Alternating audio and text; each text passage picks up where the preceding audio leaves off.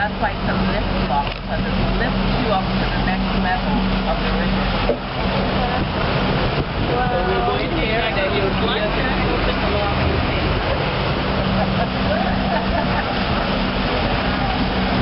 So then we were in here. Watch your fingers, okay? I don't think we'll get close enough to just the Liftlock now. Part of the Trent-Severn Waterway here. And then the water will come in. See, and the water is gushing in from this side. Where's the water coming? Captain is right here, Grant. Now, those many bolts in these lockers they can possibly fit before doing the lockage. So, I think we might be the only ones going through it. Watching carefully behind us right now, you see them slowly starting to walk around in circles as they unwind the cables, which will allow the gates to close in a V position pointing upstream. So as the weight of the water begins to build on the face of the gate, this will actually force them even tighter shut. In the mid-1960s, they modernized a few of the locks along the waterway. They took out some of these large wooden gates and put in aluminum ones. They took out the mechanism for opening and closing the gates and put in electric hydraulics. Also made them basically a push-button operation. However, the lock behind us, the lock rear end, and the 5 locks, for instance, from Trent University all the way to Lakefield, are still all manually operated locks. They have no plans to modernize them, since they plan to keep them as manually operated locks indefinitely.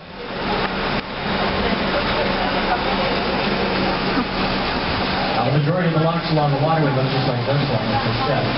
We also have several flight locks. Peterborough has the giant hydraulic lift locks, 2 of which are along the Trent-Severn Waterway, and only 2 in North America. Yeah. So we also, farther up on the system, have one rather unusual structure, which is known as the Marine Railway. The Marine Railway itself is totally different. It's a large boxcar on a railway track. It's lowered down over hill into the water.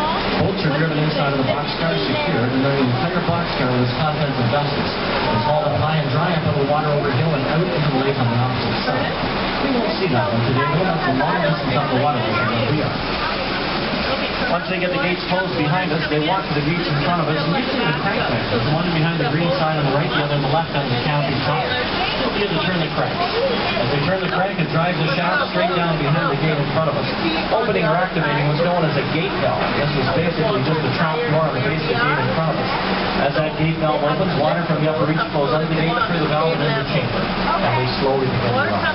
In essence, this is why they call them flood locks. They open the valves, they flood the water in, and on the return trip, they will flood the water back out again. It only takes us about 10 or 12 minutes to rise about 12 feet, or 4 meters from this water. In essence, this is why they call them flood locks. You can see the water boiling up in front of us, and it's floods in under the gates in front of us. The water's coming into the boat, that's right.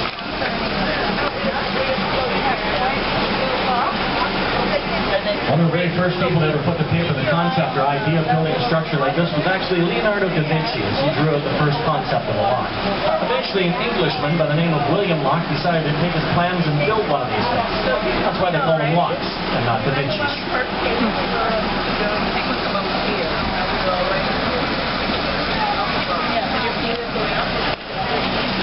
Do you know when this lock was built? 1904. 1904. This part of the canal was all finished in 1904. Finished in 1904. And the original purpose was commercial, right? For transporting lumber and timber? Logging, yeah. It did connect all the small communities together. They started with the first lock in Bobcage in 1833, and most people traveled by water. And so every time there's an election coming along, they would lobby the government that would throw money at a certain community. They'd build another lock and another chunk and connect more communities together. Right. And then after the election, everything would die off for a couple of years until election was coming again, and then the political parties that feed, they would get back on the bandwagon and join up some more communities and create connections between them. Well, it was finished in 1920, right?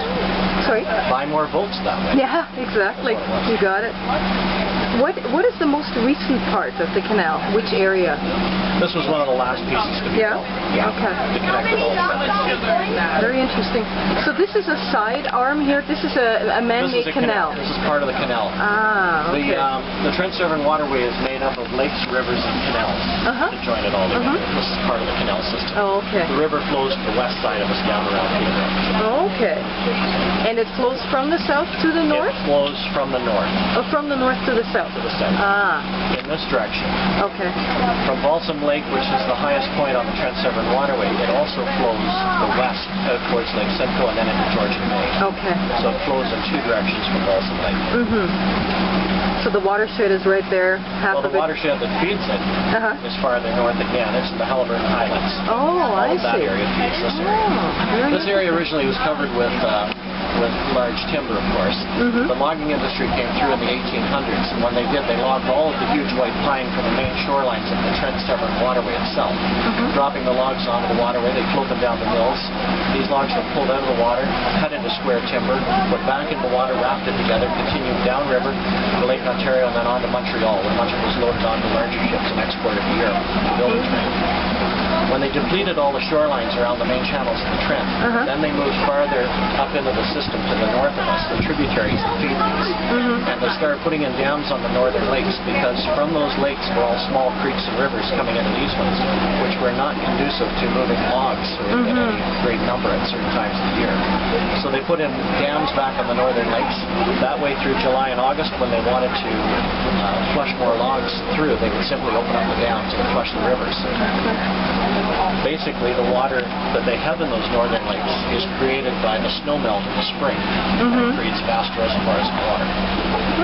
Very interesting. When they left all of those dams intact. And although there's about 45 locks along the Trent-Severn Waterway, there's 125 dams that control the watershed. Many of these dams are to the far north of us, far away from any navigable areas.